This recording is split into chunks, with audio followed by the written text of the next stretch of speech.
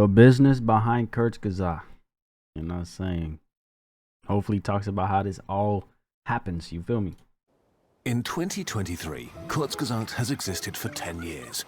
Insanely long in internet years. We're among the largest sciencey channels on YouTube and still a bit of a black box to people. So let's talk about ourselves a bit in 3 parts. Our backstory, how we finance our work, and the values of Kurzgesagt. Let's jump back to a more innocent time. From humble beginnings to today. Kurzgesagt's foundation was laid when Philip, our founder, dropped out of high school as a teenager. Learning seemed daft and useless, and he wasn't interested in anything. Until I'm not encouraging nobody to drop out. I feel like if you don't go to school, at least get your diploma. Graduate high school, and after that, you don't gotta go to school. You know what I'm saying? Do what you want, make your money. But bro, we hear stories all the time of people dropping out. A lot of successful people dropping out, becoming entrepreneurs or starting a business or creating something, and like they're doing well for themselves. You know what I'm saying? Like, you know what I'm saying? I'm not surprised. I'm not surprised. Was laid when Philip, our founder, dropped out of high school as a teenager. Learning seemed daft and useless, and he wasn't interested in anything. Until a very special teacher at a school for dropouts grabbed him by the neck. The way she taught was different. She talked about connections and the big picture. She told a story. For the first time ever, Philip wanted to learn more without being forced. It was a key life experience. Kurzgesagt tries to recreate this experience for you. Nothing is boring if you tell a good story, and we try to tell these stories to spark excitement and make you want to go on and learn more. Because of the one teacher that could do this, Philip got a high school degree, studied history and design, and he went back, got his degree. You're not saying, come on, bro. At least get your high school diploma. Because of the one teacher that could do this, Philip got a high school degree, studied history and design, and eventually started Kurzgesagt as a passion project inspired by Crash Course World History. Nice. In 2012, YouTube was less commercial and more idealistic. You couldn't make a living with videos as involved as ours, and that was fine. The goal was creative freedom, and so for the first few years, it actually cost money to make Kurzgesagt. We had no outside funding, just intrinsic motivation and a few friends from university. We worked for clients during the day and on Kurzgesagt at night, 80 to 100 hours a week. That's hard. It was a real struggle, but also very rewarding. But then Patreon launched, sponsorship started. Gotta put in that grind, gang. You know what I'm saying? But also very rewarding. But then Patreon launched, sponsorship started, our views increased, YouTube changed. In 2015, the channel began to break even and then to earn a profit. But we were pretty burned out at this point, so we just 2015. They've been doing it for 10 years, he said in the beginning. So that's 13, 2 years later. It started to break even. Okay. So 10 years later, and they're at 20.3 million subs. You know what I'm saying? Decided to bring in more friends and hire the first team members full-time, creating a legal entity. More people meant that we could stop overworking, do more, and improve. But we also needed to earn more. The livelihood of real humans depended upon it. None of us had any experience in running a company. We didn't plan to become big or to grow. It sort of just happened. A decade later, Kurzgesagt is not a small project anymore. We are an animation studio with offices in Munich and Berlin. We need computers, monitors, tablets, desks, coffee, contracts, pay licenses, taxes, rent, and insurance. In 2023, our team consists of over 60 employees and a lot of freelancers around the world. Nice. Salaries alone cost millions of dollars a year just to stay around. This creates an interesting problem. With such high production costs, how can we publish our work for free? How we finance Kurzgesagt. Let's go. We've added up our earnings from 2015 through 2022. Our sources of funding change. Real quick, shout out for this video because not a lot of businesses will come out and, you know, give the public their finances and shit. You know what I'm saying? Our earnings from 2015 through 2022.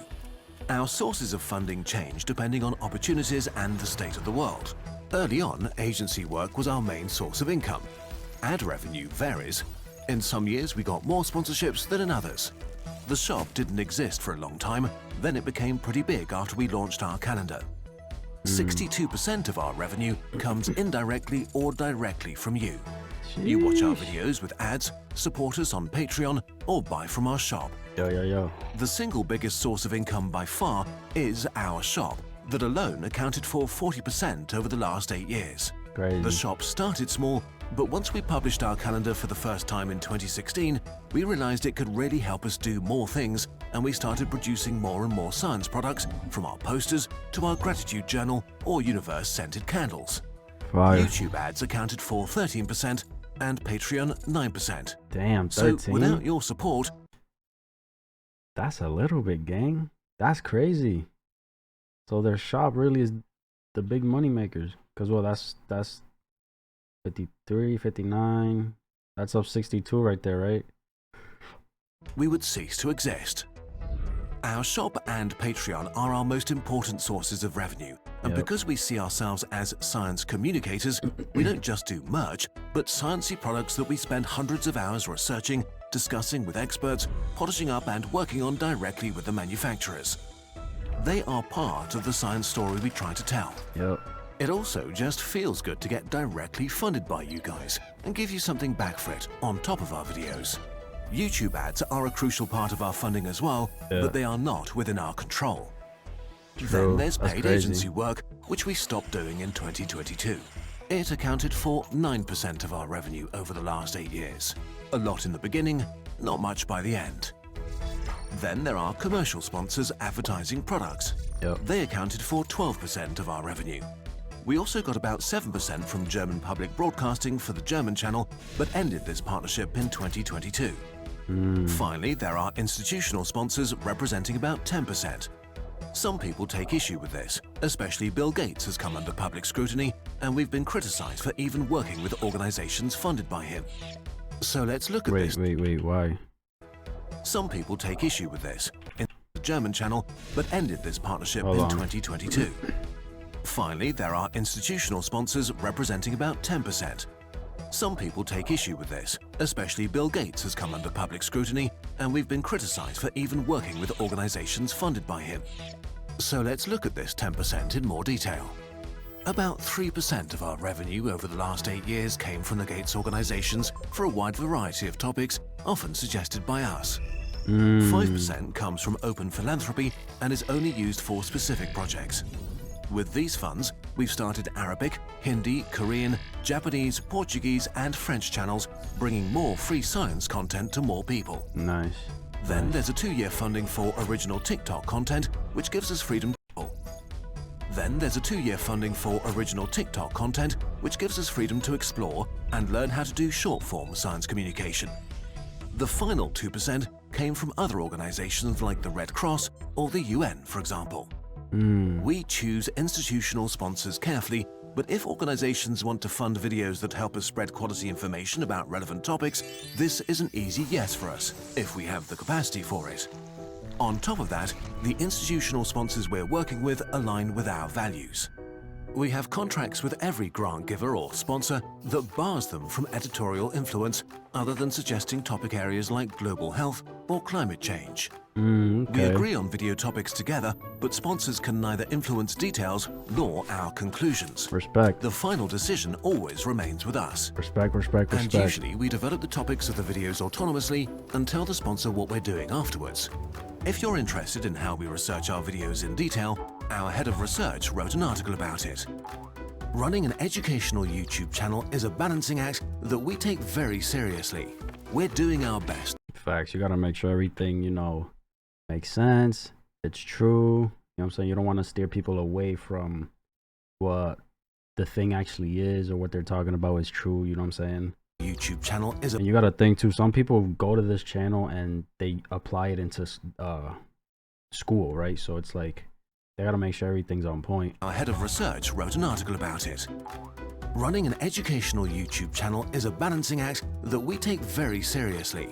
We're doing our best to maintain this balance, adjusting whenever necessary. As a team and a company, we want to grow to give more people access to a science-based outlook on the world. This brings us to our final topic. Why are we doing Kurzgesagt? our values, and our vision. Our core mission is to spark curiosity. We want to make science and humanism accessible for as many people as possible. The effort we put into creating our videos is a way of achieving that. Our videos are beautiful because that helps to spark curiosity, to understand complex topics, and because... Bro, imagine you watching this and then going to another channel where everything's just black and white or bland. You guys are going to want to come back to this. Because that helps to spark curiosity, to understand complex topics, and because it just feels good to create and watch. Yep. Our research is as intensive as it is, so our videos are a good simplification of very complicated topics. We want to make people excited about science so they rediscover subjects they hated in school and see how amazing they are. On top of curiosity, we want to inspire long-term thinking and a positive, constructive outlook. You feel me? Being optimistic about the future of humanity is not mainstream, and we think this is horrible. Pessimism often sounds smart and gets more views, while optimism can sound naive. But this is a bias that's not helpful for us. Damn bars, bro. Bars. Mainstream, and we think this is horrible. Pessimism often sounds smart and gets more views, while optimism can sound naive. But this is a bias that's not helpful for us as a species. So, despite the gloominess of many topics, we want to approach them with informed and well-researched optimism. Not brushing humanity's very real challenges aside, but also not falling into the trap of pessimism. We want to inspire you to dream a little about the glorious future that we could actually build, but only if we believe it's possible. Yeah. In the long run, we don't only want to do this on YouTube. The idea is for Kurzgesagt to be a positive influence across more media. On our TikTok channel, in the long-form content we're exploring, in apps, in the VR game that will be released later this year. VR game? Hey, yo. Long-form content we're exploring, in apps, in the VR game that will be released later this year, and the games we plan to make in the future. Fire. Our shop is a central part of this That's vision. fire. We start our stories with a video and end them with a poster.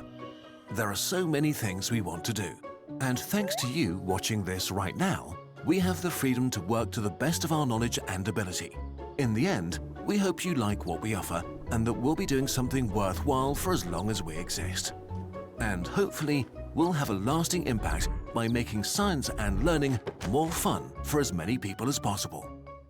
If you personally want to help us do this, you can watch and share our videos, check out our shop, become a Patreon, or give us an ad blocker exception. We exist because of you, and you have no idea how much we appreciate that you're here. And hopefully, we're less of a black box now. In any case, doing Kurzgesagt for a decade has been a pretty crazy ride. And so, from the whole team, thank you so much for being with us all these years. Fire. Fire. I respect that, man. They came out, and, you know what I'm saying, and then pretty much opened up about the behind the scenes and how everything works. Which is good because it just, you know what I'm saying, it builds more trust within them and then the viewer, you know what I'm saying?